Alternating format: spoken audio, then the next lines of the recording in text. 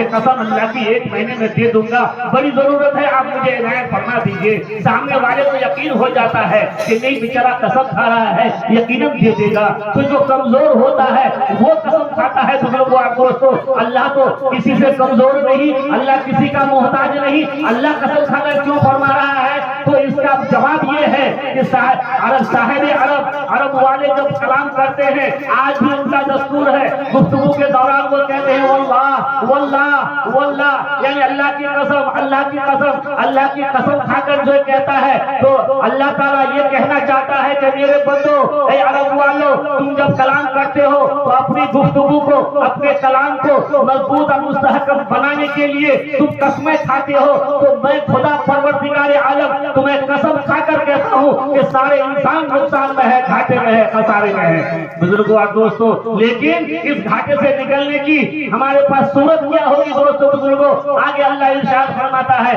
الا الذین آمنوا، جو ایمان لائے گا وہ گھاٹا سے نکل جائے گا، نقصان سے نکل جائے گا اور پریشانیوں سے نکل جائے گا۔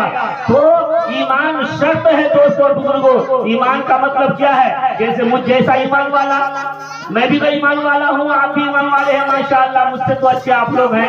اگر مغرب کی اذان ہوگی، عصر کی اذان ہوگی، ہم چوک چوراہے پہ گفتگو کر رہے ہوں گے اور جب اذان کی آواز سنیں دھڑ دھڑ دھڑ دھڑ کر کے وہاں سے کھسکنا شروع ہو جاتے ہیں۔ ارے کیوں بھائی؟ اذان ہو رہی ہے، نعوذ باللہ من ذالک۔ اذان سن کر تو شیطان بھاگتا ہے۔ اللہ کے نبی ارشاد فرماتے ہیں اذا سمع الاذان فر الشیطان، جب اذان کی آواز شیطان سنتا ہے وَلَهُ تُرَابٌ، اپنے سر پر مٹی ڈالتا ہوا، ہوا چھوڑتا ہوا بھاگتا ہے۔ مومن، تم اپنے آپ کو ایمان والا کہلاتے ہو، ایمان کا دعویٰ کرتے ہو، رسول اللہ کا عاشق ہو، اپنے آپ کو غلامی رسول کا دعویٰ کرتے ہو، اذان سن کر بھاگ جاتے ہو، تو بتاؤ ایسے ایمان والوں کو اللہ کو ضرورت نہیں ہے دوستوں بزرگوں۔ ایمان، جو ایمان ہمیں چوک چوراہے سے اٹھا کر مسجد میں لا سکتا ہے، وہ ایمان ہمیں جنت میں کیسے لے کر چلا جائے گا؟ خود ہی فیصلہ کر لو میرے بزرگوں اور دوستوں۔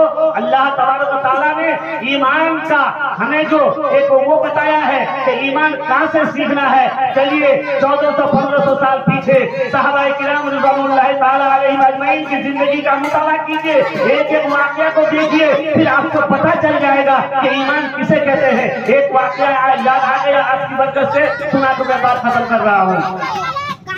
جنگ احد کا موقع ہے، کل جنگ احد ہونے والی ہے، اسلام کی دوسری لڑائی ہے، دوسری جنگ ہے۔ جنگ بدر کے بعد جنگ احد کا نمبر آتا ہے، کل جنگ احد ہونے والی ہے۔ 2 صحابی رسول میدان میں ہیں، ایک کا نام حضرت عبداللہ بن جہش رضی اللہ تعالیٰ عنہ، دوسرے کا نام ہے حضرت سعد بن ابی وقاص رضی اللہ تعالیٰ عنہ۔ دونوں صحابی گفتگو کر رہے ہیں۔ حضرت سعد فرما رہے ہیں کہ اے ابو العاص، اے عبداللہ، کل تو بھی آئے گا جنگ کے میدان میں، میں بھی آؤں گا لڑائی کرنے کے لیے، تو بھی لڑے گا میں بھی لڑوں گا، تو کیوں نہ دونوں ایک دعا مانگ لیں؟ کہا ٹھیک ہے دعا مانگ لیتے ہیں۔ تو حضرت سعد رضی اللہ تعالیٰ عنہ نے دعا مانگنی شروع کی۔ وہ دعا مانگ رہے ہیں اے الہ العالمین پروردگار عالم، کل جب میں جنگ کے میدان میں آؤں، لڑائی کے میدان میں آؤں، اے اللہ میدان میں اتر جاؤں، میرے مقابلے میں کسی کافر کو لانا جو طاقتور ہو، ہیکل ہو، مضبوط ہو، وہ مجھ پر تلوار چلائے میں اس پر تلوار چلاؤں، وہ مجھ پر حملہ کرے میں اس پر حملہ کروں۔ کافی دیر تک لڑتے لڑتے اے اللہ آخر میں میری تلوار اس کافر کی گردن میں چل جائے۔ حضرت عبداللہ نے کہا آمین۔ کہا عبداللہ تم دعا مانگ لو۔ حضرت عبداللہ بن جہش رضی اللہ تعالیٰ عنہ نے دعا مانگنی شروع کی، اے الہ العالمین پروردگار عالم، جب کل میدان میں میری حاضری ہو، جب میں جنگ کے میدان میں اتر جاؤں، اے اللہ کسی مضبوط کافر کو میرے سامنے لانا جو مجھ سے طاقتور ہو، جوان ہو، ہیکل ہو، وہ مجھ پر حملہ کرے میں اس پر حملہ کروں۔ ایک بات دوستوں بزرگوں یہاں دھیان دیجیے گا، صحابی رسول دعا مانگ رہے ہیں کہ مقابلہ ہو تو کسی طاقتور سے ہو، کمزور سے نہ ہو۔ کمزور کو مار دیا تو کوئی کمال نہیں ہے۔ آج ہمارا یہی حال ہے، میرا یہی حال ہے، میں جھگڑوں گا اس سے، لڑوں گا اس سے جو مجھ سے کمزور ہوگا۔ اگر طاقتور دیکھوں گا تو دل دبا کر بھاگ جاؤں گا۔ اسلام نے ایسا ہمیں ایسی اجازت نہیں دی ہے، لڑنا ہی ہے تو اپنے کے مقابلے والے سے لڑو۔ تو صحابی رسول دعا کرتے ہیں یا اللہ وہ